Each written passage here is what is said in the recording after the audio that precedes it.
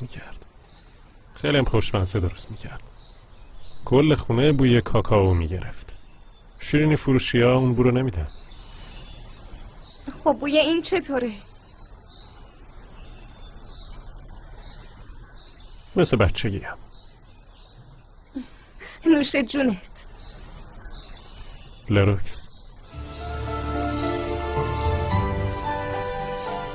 ممنونم.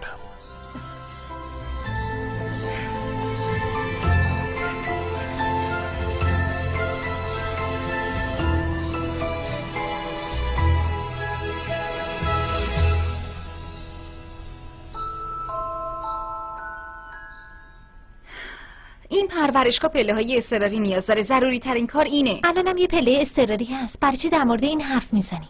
به خاطر زمین بنا نشست کرده. کنجای دیوارم ترک خوردن. دیگه چی؟ برای کف و دیوارا مواد آنتی آلرژیک مقاوم در مقابل آتش سوزی لازمه. لوازم جدید رو بررسی کردین؟ آره. چطور مگه؟ چون دلم نمیخواد چیزایی استفاده بشه که چند سال بعد قدیمی بشه. حالا خانم شما چند سالتونه؟ اوستا متوجه نشدم. من از این حرفا زیاد شنیدم. مسئله خوب فقط نصف کاره، بقیهش بستگی به اوستا کار داره. این دخترم مهندسه، کارش هم خوب بلده. خب این که حرف زیاد واسه آدمای ناشیه. وقتی اوستا کارا رو میگیره و مشتری رو خستش میکنه. پس اگه فهمیدی میتونید کارتون رو ادامه بدید. اوستا یکم زیادی عصبانی نشدی؟ حالا حتما میره شکایت ما رو به دمیرخان میکنه داداش. بکنه.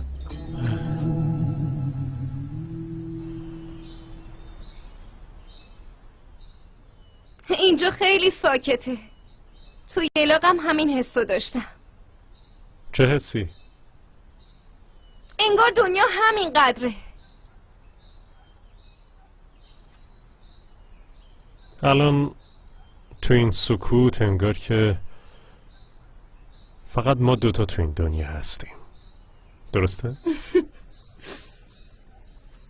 تو این دنیا یه خونه هست و اون خونه رو دوتاییمون خریدیم.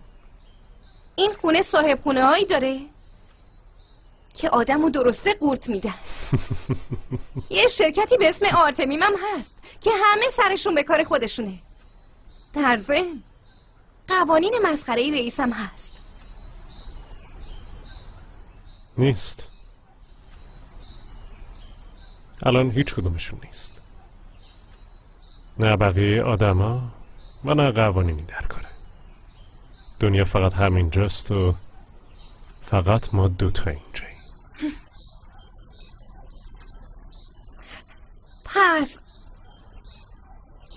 اونجا یه خونه درست میکردیم، تراسدار. همین الانش هم یه خونه تراسدار داریم. چند دقیقه پیش داشتی از خونه‌های درختی حرف میزدی. اما اونا مال بچه هاست. حالا که قراره اینجا ما دوتا زندگی کنیم. جالبه. دقیقاً چی جالبه؟ هیچی. دمیر باشه. تمام قوانین دنیا از بین رفته و همه غیبشون زده. اون وقت تو پیتر پن و وندی رو توی یه خونه حبس میکنی؟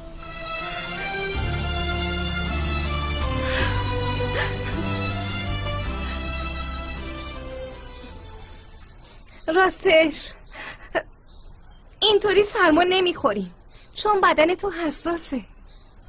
یه وقت مریض میشی. تو دنیا هم که کسی نیست، دکترم نیست. تو هستی. اطرافم پر از گل گیاهه. از اونا جمع میکنی و از همون داروها که به گاو میشا میزدن درست میکنی. نمیشه؟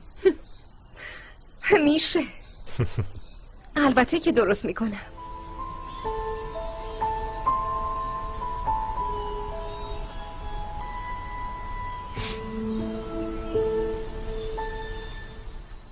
جوونا خوش اومدی وداد. ممنونم. عالیه. قهوه میخوری؟ این طرف ها واقعا خیلی قشنگه. وداد خیلی ممنونم که اومدی. قهوه هم عالی شدن. ممنون. نوش جان. این چه حرفیه؟ برای منم یه بهونه شد که از گلخونه بزنم بیرون. خب دختر ییلاقی، تعریف کن ببینم قراره اینجا چیکار کنی؟ تو از کجا میدونی توی ییلاق بزرگ شده؟ مروه بهم گفته بود. بگذاریم. خب وداد، محوطه کشتکاری اینجاست. یه جورایی تصور کن کشتکاری ارگانیک. از کانال آبیاری گرفته تا اینکه کدوم گیاه کجا باید کاشته بشه اطلاعات تو رو نیست. خوبه؟ چقدر وقت داری؟ یه لحظه وایسی.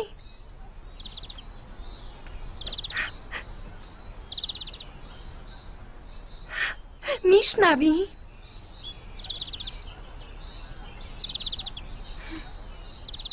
ساکابو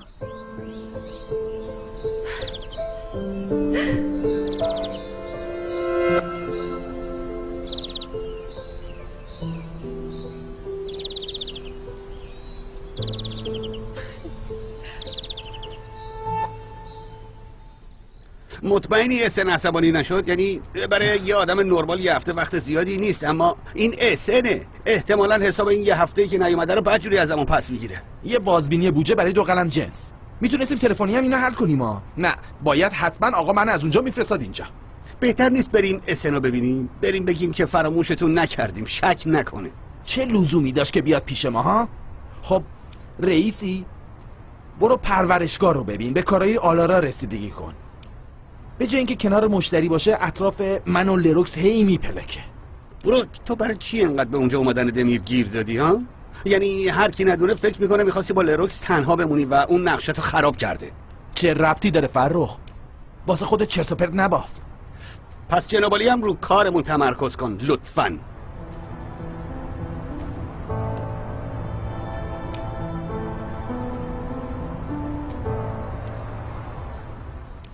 از این که بهش نگفتی ممنونم.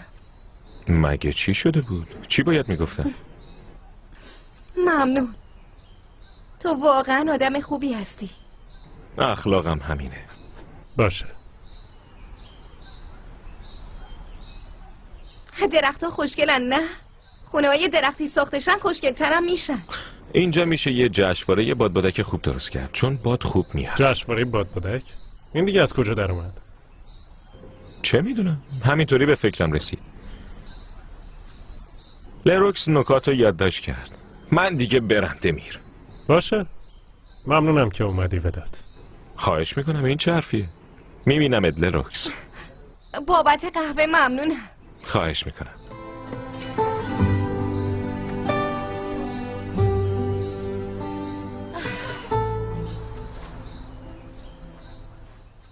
ما این دختر خوب رفتار کن، خیلی دختر خوبیه. فقط یه بار دختره رو دیدی وداد؟ ببخشید 2 بار. یه بارم اومده بود گلخونه واسه من گل بخره. در ضمن گلی که از ریشه در آورده بودم و فرستاده بودی. پیامو گرفتم. خوبه. اگه پیامو گرفتی پس فکرتو مشغول نکن. تو کدوم موضوع؟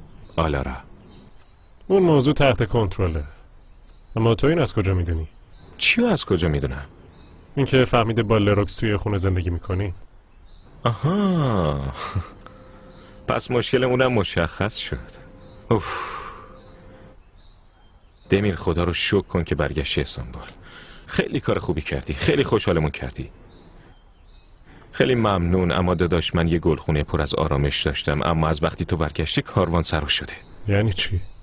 بگذاریم. بیخیال بعداً با هم حرف میزنیم. اما با این دختره خوب رفتار کن. خیلی خوب رفتار کن.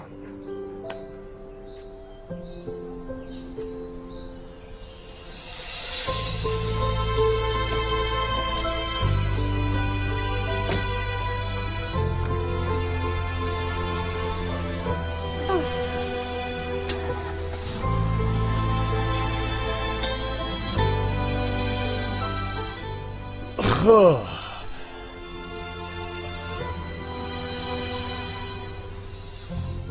این چه قیافه ایه؟ برمیگردیم شرکت نه؟ برنگردیم؟ اما باید برگردیم. کلی کار داریم. این که یکم از مشکلات دور بودیم حس خوبی داشت. مشکلات؟ آلارا دیگه همچین مشکلی نداریم. واقعا؟ همچین مشکلی نداریم؟ در مورد ما چی بهش گفتی؟ یعنی در مورد توی خونه موندنمون. هرچی که هست همونو گفتم. فهمید یه دوره موقت اجباریه، به کسی چیزی نمیگه. که اینطور؟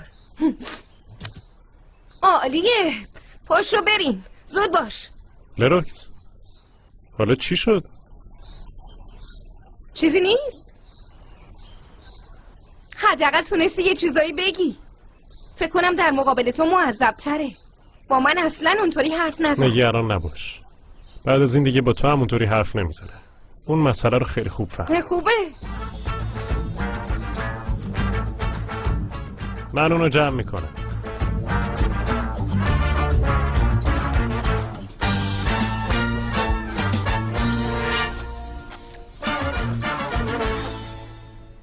تو عمرم همچین آدمی ندیده بودم. لوس، اعصاب خورد کن، گستاخ. مشتری هیولای واقعی این بوده داداش. چی شده؟ کیو میگی؟ این آلارا خانوم؟ دمیرخان کاملا حق داشت. واقعا درون این دختره یه هیولا خوابید. یعنی اینقدر بد بود؟ اوستا محرم میخواست تحالشو در بیاره. تحویل بگیر. به خاطر اینکه دمیرخان نرفته اونجا، آلارا دق و دلیشو سر شما در آورده. اون وقت شما دارین از این یارو باز طرفداری میکنی. طرف نمیتونه کارمندای خودشو حفظ کنه. بگذریم. من برم یابی به دست صورتم بزنم و کنه الان آتیش میگیرم. ببین دختره به چه روزی افتاده. این آلارا خانم عجب آدمیه ها. آیدا، یکم قبل شاهد یه چیزی شدم. اگه به هم بگن از 1 تا 10 یه امتیازی بده، من 10 میدم. در اون حد؟ انگار براک از لروکس خوشش میاد. بی خیال. اینا یه مدت با هم لچ کردن. تو تراس یه لحظه خواستیم شوخی کنیم، زود عصبانی شد که اصلا به براک فکر نکنیم. به نظر من دلیل اینکه لروکس عصبانی شد این بود که براک باید یکم بزرگتر بشه. آیدا، رسما به ملاقات دمیر و لروکس حسودی کرده. دختر میگم حسودی کرده. حسودیم شد. بابا چه لباس قشنگی پوشیدی، واقعا خیلی بهت میاد. به خدا خیلی حالا که اینقدر خوشت اومده مال تو باشه دوست عزیزم. اونی که گفتی نمیشه. یعنی اصلا نمیشه. براک لروکس به هیچ وجه چیزی نگین تا دختره گیج نشه. آب و گل نکنین. آب تمیزه. آب داره برق میزنه. بذارین برق بزنه، خرابش نکنیم.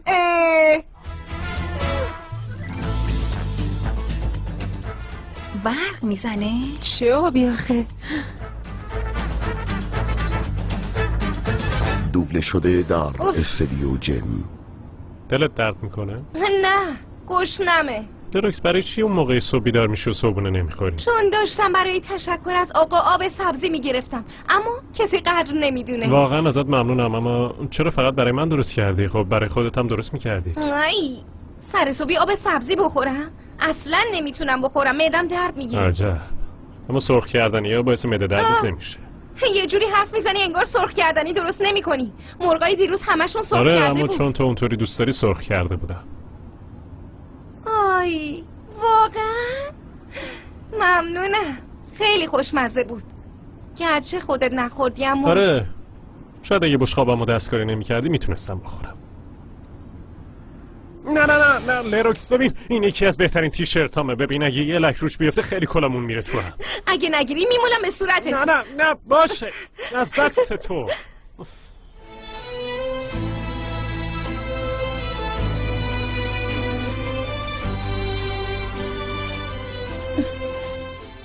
ببین دیدی؟ نمردی.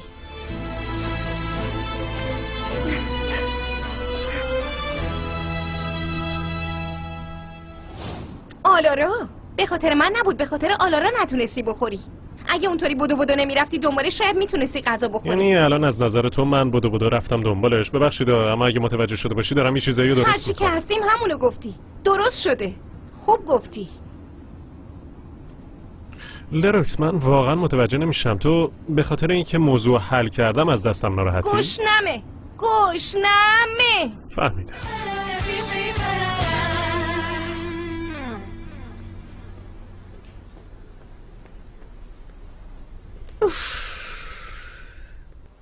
سلام. خیلی ببخشید. شنیدم با تمام قوا دارین کار میکنید. براتون شکلات آوردم. بین بچه ها پخشش کنید. چرا زحمت کشیدین؟ ممنونیم. دمیر خان توشه؟ بیرونه، اما اگه بخواین بهش زنگ میزنم. نه نیازی نیست، من تو اتاقش یادداشت میذارم. خسته نباشید. ممنون. خسته نباشی. ممنون.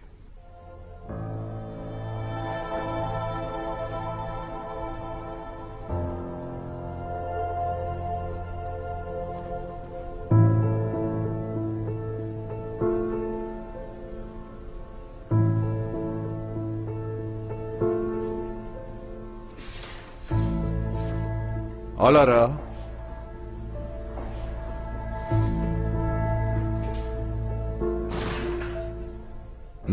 ببین بی خودی منتظر نباش. دمیر تو محوطه کشت کاری. به من گفتن تو همراه لروکس رفتی اونجا. آره من رفته بودم، اما وقتی دمیر خان اومد برگشتم. برای نزدیک کردن لروکس و دمیر مخصوصا تلاش میکنی؟ آره بوراک. تازه میگفتی تو شرکت ممنوعیت رابطه است.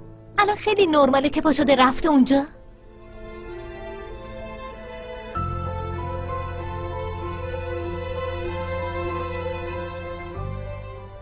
اوه پاریس. نکن. دختری مثل تو نباید انقدر به روش بیاره که انقدر درمونده شده. بهتر نیست که یکم سنگین باشی؟ ها؟ مردا دوست دارن که اولین قدم رو خودشون بردارن، اما تو سعی داری که طرفو بدوزی و ببریش. پس معلوم شد من شبیه زنایی که تو میشناسی نیستم. در ضمن حالی که دوست دارین اولین قدم رو بردارین، پس منتظری چی هستی بوراک؟ منتظری که لروکس و دمیر ازدواج کنن؟ اون موقع میخوای اولین قدمتو برداری؟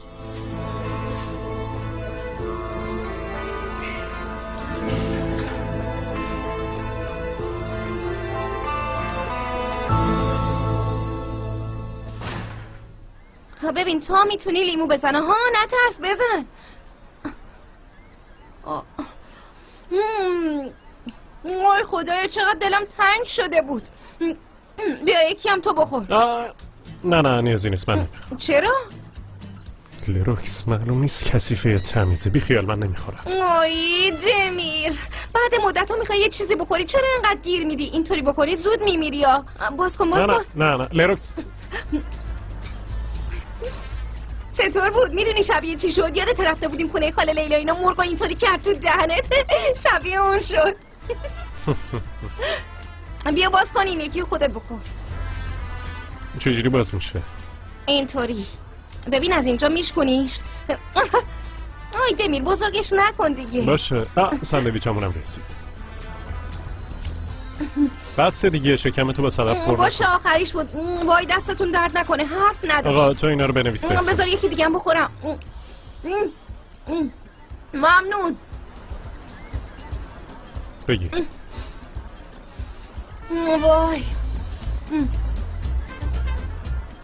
دمیر چی شد؟ اگه نمیخوای نخور، چون عادت نداری. مجبور نشم پولت کنم ببرمت بیمارستان. خیلی به فکرم میاد، اما به اندازه کافی غذای سالم میخورم. به نظرم میتونم گهگاه از این غذا هم بخورم.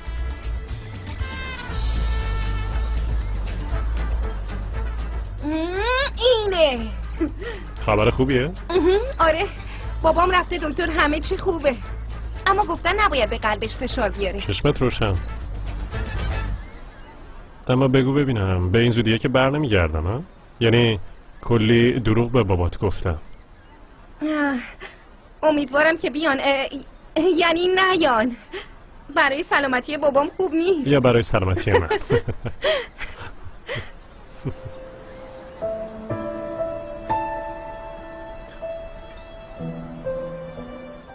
لروکس، این قضیه خونه چی میشه؟ یعنی خود به خود به 2 قسمت تقسیم نمیشه، اینو میدونی دیگه؟ آره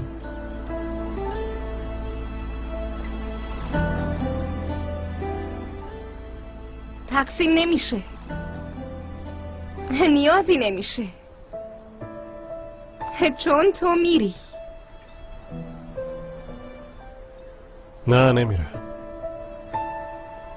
میدونی که نمیرم.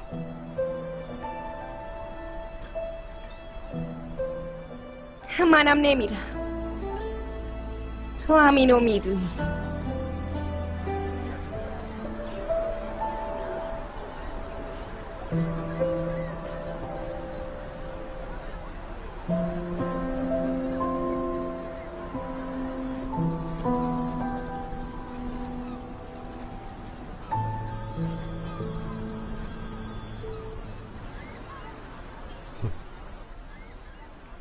وداد؟ یعنی امشب؟ اونو یه وقت دیگه انجام بدیم وداد. بعد از اینکه پروژه رو تموم کردیم به نیت جشن گرفتن ها؟ باشه میبینمت. میگه شام بیاین خونه من.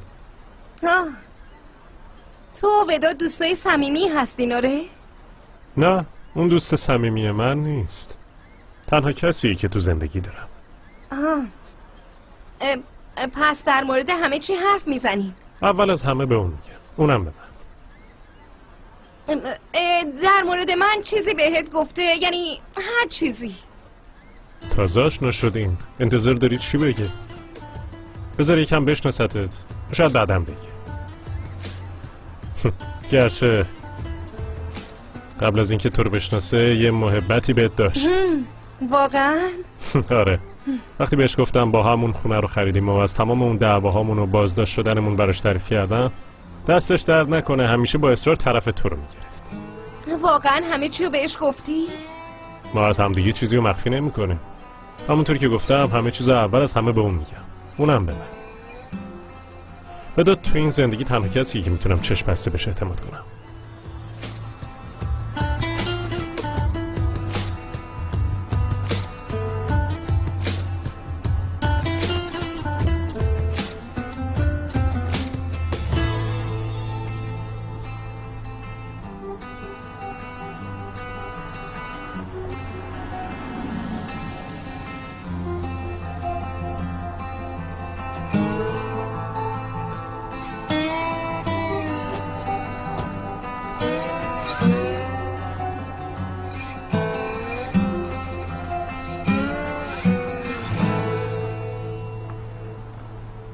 چی شد؟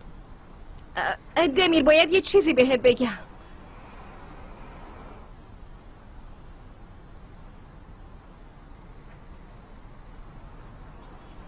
لروکس دمیر چیزی که میخوام بگم ساده نیست، برای همین یکم باید فکرامو جمع و جور کنم.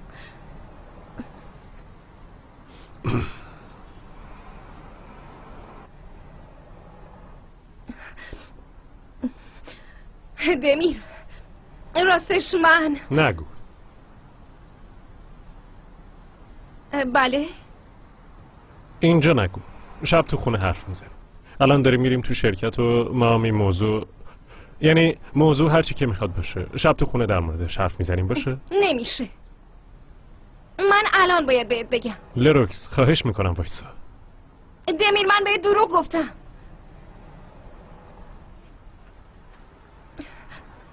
من ودادو از قبل میشناختم. میدونم، یعنی برای اینکه برام گل بخری رفته بودی گل خونهش؟ از قبل ترش برای کار یلدریم خان رفته بودم پیشش. مروه وقت دکتر داشت، من جای اون رفتم. تو بهش گفته بودی قرار مروه بیاد پیش. اون روز مروه اومد اما پرونده رو گذاشت و رفت. دمیر خیلی دختر عجیبی بود. چرا دروغ بگم؟ من تا الان با یه همچین دختری حرف نزده بودم. اون فکر کرد من مروهم. خب منم چیزی لو ندادم. در ضمن فکر نمی کردم دوباره با هم روبروشیم. اما بعدش یعنی فکر میکرد تو مروه‌ای؟ آره، اما برای یه مدت کوتاه. من واقعا نمیدونستم شما اینقدر صمیمی هستین. چند روز پیش به وداد گفتم که لروکسم. اونم امروز لو نداد. اما من بعدش خیلی ناراحت شدم. از وداد معذرت خواهی کردم. از تو هم معذرت میخوام.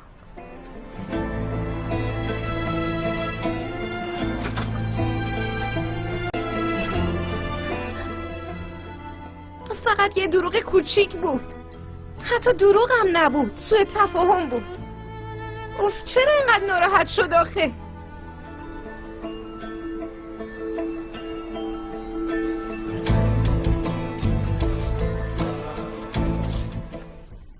بررسی مکان انجام دادیم. اگه میخواین میتونیم.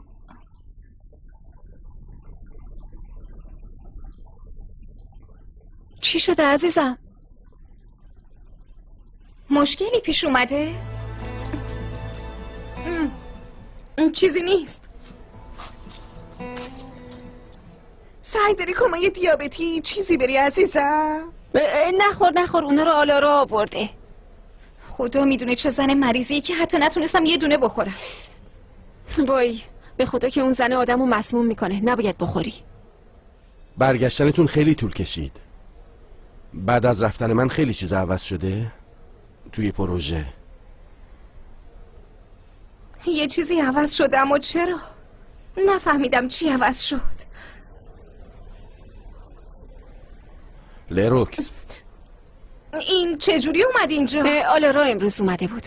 شیرینی گرفته بود اومده بود خواستگاری دمیرخان، اما وقتی نتونست پیداش کنه تو اتاقش براش یادداشت گذاشت و رفت.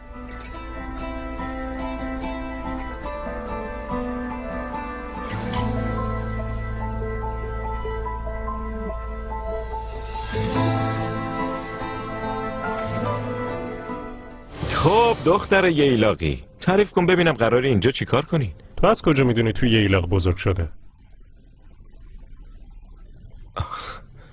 مروه بهم گفته بود. ای بابا دمیر، از قدیم گفتن آب جاری راه خودشو پیدا میکنه.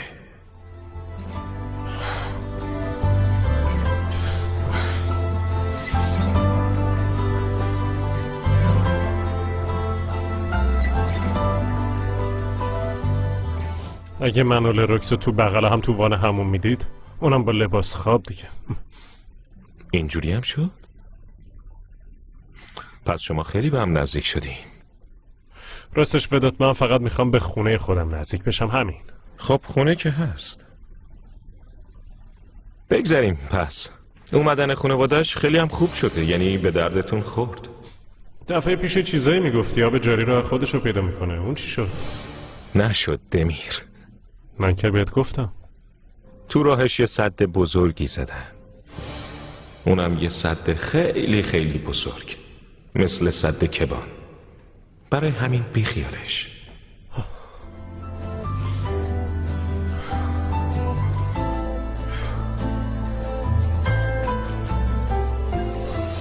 با این دختر خوب رفتار کن، خیلی خوب رفتار کن. با این دختر خوب رفتار کن، خیلی زیاد.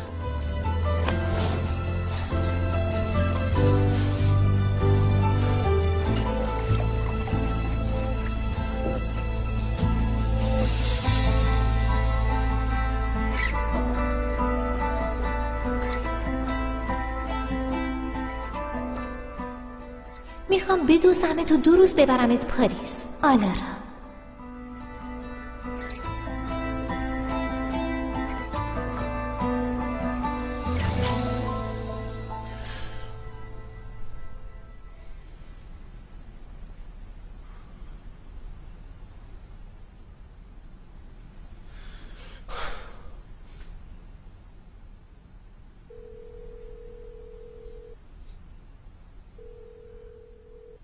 الو آلارا، یادداشتمو دیدی؟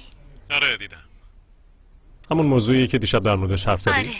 برای بچهای مهاجر تو سفارت ترکیه تو پاریس یه جشن شبانه ترتیب دادن. در مورد پروژم شنیدن، میخوان که براشون سخنرانی کنم. 2 تایمون میریم و در مورد جزئیات پروژه بهشون میگیم. یعنی هفته بعد درست تو رو میدوستم و میبرم پاریس.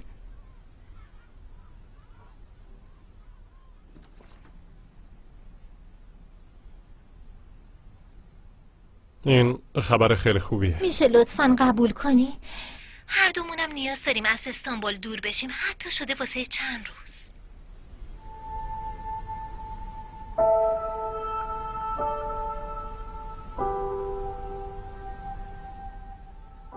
حق داری آلارا، بهتره یکم از اینجا دور بشم. باشه، در مورد جزئیات با هم حرف میزنیم.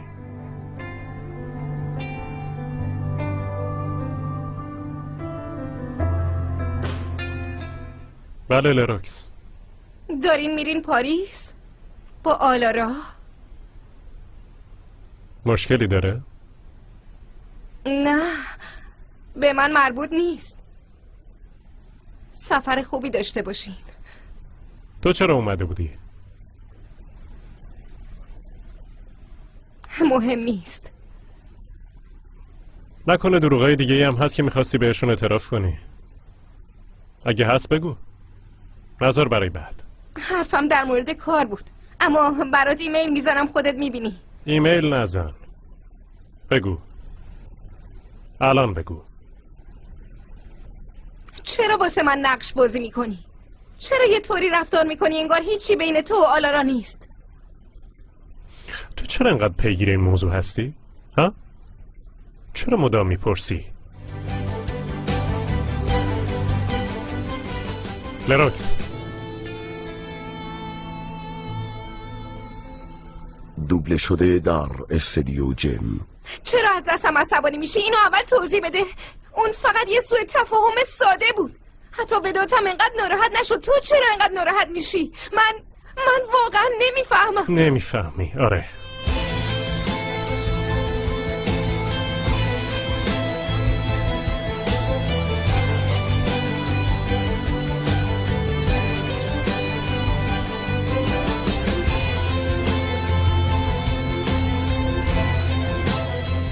یلدریم خان اومدن.